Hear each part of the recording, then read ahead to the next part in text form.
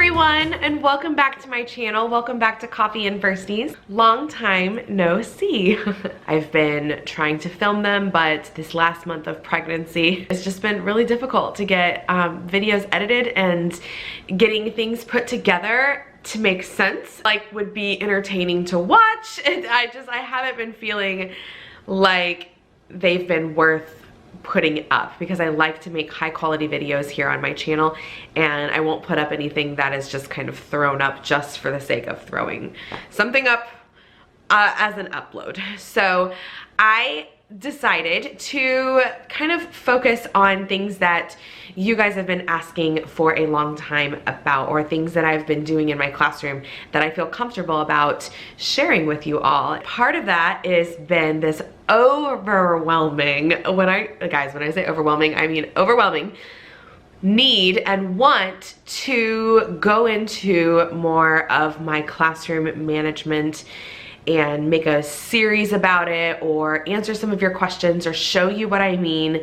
I use conscious discipline in the classroom. I am in no way, shape, or form an expert or a trainer or anything along those lines, or fully trained for that matter on conscious discipline, but we have been taught and trained throughout this school year on it, and I've touched on it a little bit last summer, researching myself whenever we learned that that's what our new kind of school-wide outlook was going to be.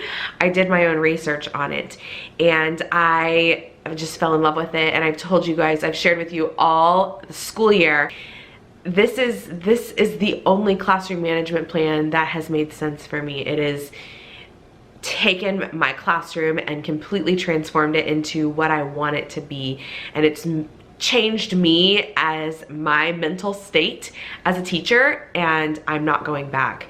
So I've gotten rid of clip charts, class dojo, all these things. We don't focus on behavior, if that makes sense. We don't focus our minds on it every single day, on how are you at the end of the day, or how was your day at the end of the day today reflects you as a student. I've completely gotten that out of my classroom, and my students have grown so much this year. I've grown so much, and the school year is not even over. So I have gotten an overwhelming quest to do a conscious discipline series, or to kind of tell you guys what I've been going through, what I've been slowly teaching, and kind of grow with me on my classroom management journey. So I can't wait to share this with you. I decided that doing these smaller videos, I'm still gonna take you into my classroom and kind of show you some different things the rest of this month, the rest of these last few weeks here before baby girl is here. I am going to just have one thing to focus on and upload it and see what you guys think, and have you guys ask questions and figure out what you want to see. And that's just gonna be more realistic for me as a brand new mama. So hopefully you guys are okay with that and you're on board. You've always been supportive. You guys are fantastic. So I've got my notes here because this is a little sciencey, and the first video here is going to be kind of an intro into conscious discipline. What is it? Why is it so different from any of the other classroom management plans out there? And this one's gonna be just a little sciencey. So I am referencing straight from Conscious Discipline website, which is all research-based. If you're interested in looking up the actual research yourself, I will be linking Conscious Discipline pretty much permanently in my description box down below, so you can go check that out for yourself, because I'm pulling this information straight from the website. So what is conscious discipline? Conscious discipline, from the website, I'm going to read straight from it, multidisciplinary approach based on the 3 distinct brain-body states in adults and children that drive behavior. So that's the first thing that we learned whenever we were being taught conscious discipline, and what it is you have to learn about the 3 states of your brain. So there's the survival state, which is kind of the back of your brain, the very bottom of it back here. I'll put a little diagram up on the screen as I am talking about the different states. And again, this is from the Conscious Discipline website if you are interested. But there's the survival state, there's the emotional state, which is more at the back of your head, and then up here and the front is going to be your executive state. So there's 3 different parts, and they kind of all work together to make a wonderful well-rounded student who is ready to learn. Cannot skip levels in these certain states. So if a student is stuck in one state, they're not going to learn. That's the research behind this development, is if they are, it's something like if they're feeling unsafe. We'll talk about this in just a second, but that's kind of the different areas of your brain that affect learning. And obviously the number one area that we want all students to be at is this executive state of learning here. And again, I'll talk about this in a second, but that's kind of the first thing that we learned about with this conscious discipline management, is that there is a science behind it, and a science behind when students are able to learn and when they are not, and what to do about it. So we're gonna go over the 3 stages today, and then I'm gonna show you the very first thing that you are probably already doing in your classroom that helps build the very first 2 states to where the students coming into your classroom already feel like they are ready to learn. So that's what this video is going to be about today. I hope you enjoy it. If throughout the entire video you have a question, then definitely leave it in the comments below and I can go more into depth about something if you want to, as much as I can. Let's kind of very quickly go through the different states of the brain and what they all mean and what that looks like in a student. So I actually have students at different levels in my classroom. Newsflash, everyone I think has these different students in different states of their classroom. Once I start talking about it, you're gonna be like, yup, I know exactly where that student is or where that student is. You're gonna start realizing that some of this might make a whole lot of sense because it did to me.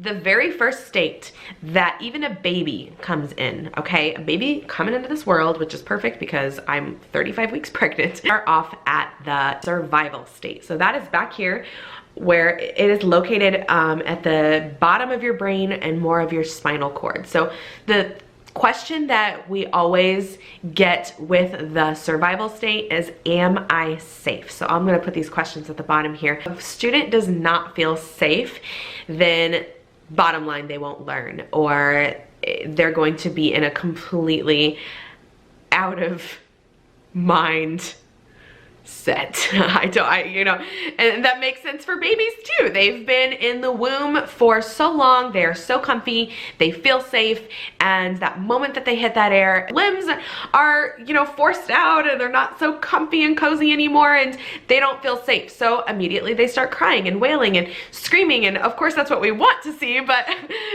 random side note, I know I'm like all about babies right now, but it's true. It's true for anybody. So if anybody doesn't feel safe, then they will not learn, or they will not feel like they are in a problem-solving state of mind. Only way to move from the survival state to the emotional state is to make that student feel safe. So one thing that we do in the morning time is have a greeter at the door, and that has been a consistent thing all year long, and that is just one thing. Definitely the word consistent makes the classroom feel safe because kids know what to expect. It's the same thing every single day. It's keeping your 1, classroom management plan consistent, but 2, keeping your words, keeping your mindset, keeping all of your routines, keeping them all consistent makes your classroom feel safe because students know what to expect. I would stand out in the hallway and they would choose if they want to give me a hug or a high five, or we can do a little dance for them to enter the classroom. And that's their greeting. So there's different ways that they can do it. If they're super shy, then, or if they don't want the human touch, some of those students need that human touch, or that hug or high five or pound it or anything like that. That's kind of a consistent way to start the day, and they look forward to it and they love it. And if I'm not there, if I'm like in the bathroom or something when the bell's ringing or I'm late, they stand and wait for me in line. They love to be greeted. It is something safe and fun and consistent, and that helps them kind of move to that emotional state. So the emotional state is more on the top of the head here, like the back, I don't know, your crown, I guess, back here. This state, the question we ask is, am I loved? So if they feel if the students feel safe, they could move to the question of, am I loved? So when they look around, do they feel loved? Do they feel loved by their peers, by their students, by their parents, by anybody at home, by their school? Do they feel loved? So that is obviously a really important aspect, because we do have lots of different types of children in our classroom, and everyone wants to be loved differently. And we might not realize it, but every student has to be loved in their very own special way in order to get into that problem-solving executive state of mind where they're able to learn. So everyone has to feel safe, everyone has to feel loved. This one I feel like comes really natural to teachers. We want to make sure all of our students are feeling loved and making sure that they know that they are loved in our classroom and they're wanted in our classroom.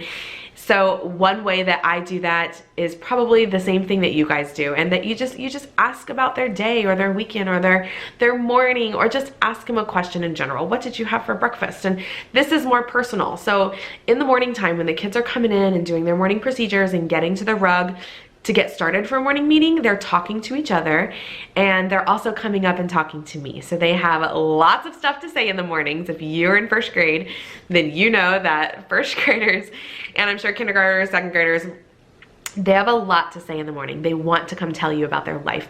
So I make sure to not send them away. Go do your morning procedures. I feel like sometimes I want to do that because I need to finish something that I'm doing, but then I remind myself that nope, this is my time to make them feel loved and to make them feel like they're being listened to, and to know that I want to hear their stories. So that's kind of one way that I make them feel loved in my classroom, and to help them get from that emotional state to the executive state. So that leads us into the very third stage, which is the executive state, which is right here in the front, in the frontal lobe. And the question that we ask ourselves here is, what can I learn from this? So if they are safe, they are feeling loved, then they can learn and they can problem solve. So that is where all the learning takes place. So they have to pass through both states in order to get to that learning space. Now, you might be thinking some students come to class in the executive state of mind. Maybe more than half of your students come to class in the executive state of mind. That means that they are feeling safe and loved before they come to school. And some students do not. So we have those students that are in different areas, and we just have to make sure, you know, whenever I am thinking about starting my day, I want to make sure to try my best. The biggest thing with this conscious discipline is you are not going to be some beautiful therapist that is going to change all lives every day. You're going to move mountains, obviously, with this state of mind. Knowing the different states in your mind, it's going to give you a lot more patience to know what students need in order to learn, but it's going to be different every single day. You got to use it with realistic expectations, if that makes sense. But you can try your best every single day to try and figure out where they are, what state of mind they're in, and figure out what you need to do to kind of get them to that executive lobe. You might have students that never get to executive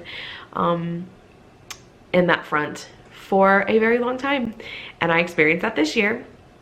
It's reality. It's hard. Sometimes there are only windows of when they are in that executive brain state where they can problem solve and learn, but you have to work with what you can. But knowing that brain development and how students learn and how they have to feel safe and be loved, it changed so much for me, because I know I can spot it. I can just easily spot it now. That kiddo's not feeling safe. I need to sit down and spend some time with him. Or this kiddo's not feeling loved, maybe just go over and give him a hug really quick. You know, a quick gesture from me to get them from one state to another. So it's different for all kiddos. That is what we learned first off with conscious discipline. Whenever I learned that, I was kind of blown away. There was a lot of other stuff that we learned about childhood development and brain development, and how infants, trauma to infants can just bring on onset behavior 5 or 6 years later down the road. And there's just so many interesting things out there that are so beyond what I can tell you, that I can just say, just go check out the Conscious Discipline website if you are interested in learning more about this brain development. It's all on there. There's diagrams and everything, and it's great. I was completely blown away. So moving forward, as our jaws were dropped, we said, give me more. Like, what can I do? What's the first thing that we can do in our classroom to make this conscious discipline work? And they said, well, let's talk about morning meeting. So I'm gonna talk to you about my morning meeting. Now, with morning meeting, I feel like a lot of people have morning meetings. So it's funny how you're probably doing a lot of these things anyways in your classroom, but knowing those different areas, the different states of mind, you'll structure your morning meeting a little bit better to make sure that you are trying, keyword, to meet all those areas and states of mind to hopefully get everybody into one unified executive learning mindset. I'm going to be showing you what my morning meeting looks like and what I do every single day without fail in my morning meeting to start my day. And we learned that this was so important that our principal made a time slot for us to do morning meeting. We didn't, gone are the days where we had to kind of squeeze it in before we did reading, or it took up some of our reading time or math time for calendar time, because I know calendar and my morning meeting time was kind of mixed at that point. Now they're separated, and morning meeting and calendar are at separate times of the day. Morning meeting is what starts our day, our family meeting. I kind of throw both terms around. I'm going to run through and kind of show you some clips of my morning meeting, and then I'll kind of come back and explain some of the different parts. When the kids come in the morning, they are greeted at the door.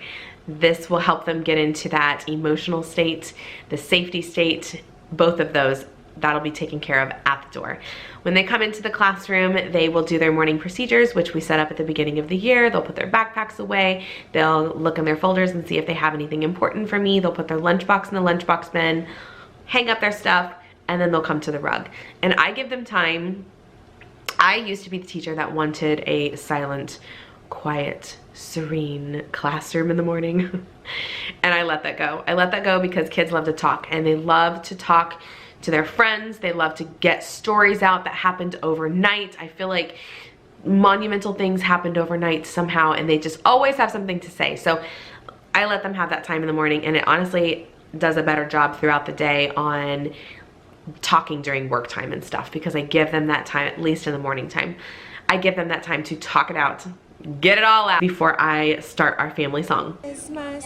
So Conscious Discipline has a family song, and there's different motions that kind of go through it, and I put that song on, but really they don't even say that you have to listen to this particular song. This song is just going to hopefully connect the students to you, connect the students to their neighbors, making sure that you're making that eye contact with them so they can feel safe and they can feel loved. And so you're choosing some song to make that happen. So this song in particular was just an easy song that they made up. It was probably like 45 seconds long or a minute long or something. And it has them doing different hand motions with your partner, like pinky hug with a friend, they high five with a friend. At the beginning of the year when I taught it, they have to look into their friend's eyes, make sure that you're making that connection with a friend. I've shown you guys before on my vlogs that I have a Baby Shark song where my coworker actually just kind of like made it up. So instead of doing this for Baby Shark, we're doing connecting things. So we're turning to our partner, and I think Baby Shark is like, I honestly can't even remember because the kids do it way better than me, but it's some type of clapping the same time, or looking at your neighbor and pounding your knees, or sometimes we get up and do like hit your hips to your, hip knocking for one of them, and we spin around for one of them, and we definitely do this one because this one's just so much fun. Use any song, really, is what I'm trying to say. Any very short song to start your day, but making sure that you're trying to put hand movements with it or making connections with your partner. I've used the learning station before where you're crossing the midline, and that helps with some of our students too as well.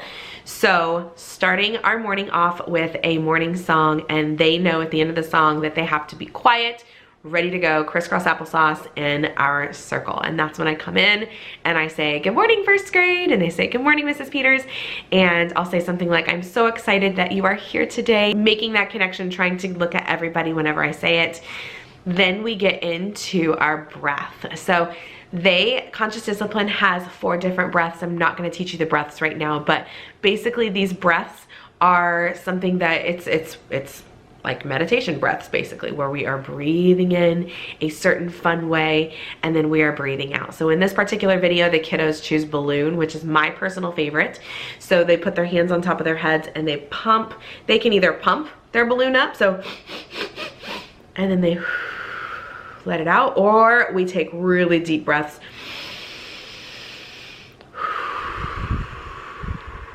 And we usually do 3 breaths before we start.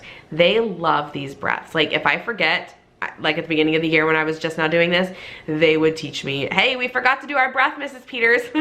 What's amazing about it is that I see them do it throughout the day now. I see them doing this breath whenever they're in stressful situations, and that just blew my mind. I didn't know that I would see that in a 6 and 7-year-old behavior, which is so cool. And it's taught me to do that too. So I do these different breaths. I find myself doing the star breath where you're smiling and relaxing. And then we move into our WishWell board. So our WishWell board can be something extremely simple, but basically there is a heart in the middle or something along the lines of a heart, and it says something about wish well or we wish you well. And what happens is that's kind of my way to take attendance as well. So that's a part of their morning procedures. They come in, they move their number outside of the cookie sheet, and whoever's still on the cookie sheet is not here. So we will put those people in our hearts, and what we do is we kind of put our people in our hearts. We'll close our eyes. We wish you well. Wished you well last week as you were traveling back to Indiana. Did you fly or did you drive? We'll think about good, happy, good thoughts, and we don't go over it every single day what good happy thoughts are, but at the beginning of the year we talked about we hope you feel better, we hope you aren't sick anymore, we hope you travel safely, we hope you get to your destination. We think of all of these things at the beginning of the year, and then usually throughout the year we just kind of say think of those good, happy, positive thoughts, and we open our eyes and we say we wish you well. So we do that every single morning. If nobody is absent, then we think of some people in our lives, at our school, teachers. Sometimes they wish me well, which I think is super cute because I have a baby. Sometimes I ask them if they have anybody that they're wishing well, and that's where you kind of find out that so-and-so's grandfather passed away or so-and-so's dog's not doing good, and you get a little insight to what's going on in their lives. So that is WishWell, is share time. So share time, I love share time, don't get me wrong, but it takes forever. It does, because they have something to say, but it's so important. I love listening to their stories. I do, I really do, but it does take forever. So it's one of those things where you have to just let it go. You have to accept the fact that your morning meeting is going to be about 10 to 15 minutes long, and accept that that is, you know, I have fully accepted that that is, it's now important to have that share time and to have them be able to share something that's happening in their life. So they're sharing good and bad things. I usually start off by saying, I have good news and bad news, and it's the cutest thing. I don't even know where that came from, but that's how they all start now. I have bad news and bad news. I have good news and good news and good news and good news. And those kids, you're like, okay, pick one, you know, but it's important, and every kiddo gets a chance to tell you their news. So I've done it where you pass around a stick or you pass around a stuffed animal, and that's their time to share. They can also pass if they don't have anything to share. So that is share time. We get around to everybody, and after share time we talk about our commitment. So our commitment is a promise. Think of things that we might need to work on today. Can you think of something that we might want to work on? We always have to get better at something, even Mrs. Peters. That's why we have New Year's resolutions. We always want to get better at something. So let's think of stuff that we can get better at in the classroom. I meant to come to the carpet quietly. Ooh, come to the carpet quietly. That's been one that we've had a lot this year, haven't we? Had a lot. Let's do it. Let's do I commit. We come to the carpet quietly. I commit to come to the carpet quietly. We talk about at the beginning of the year, we read stories, we talk about how a commitment is a promise to yourself and to your teacher.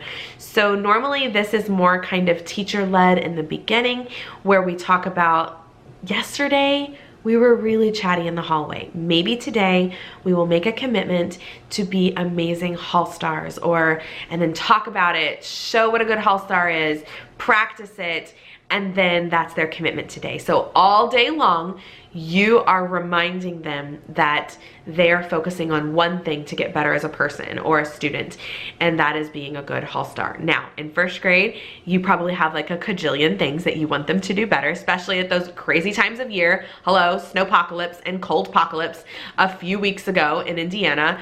It's hard, it's so hard, but students' minds work in one direction.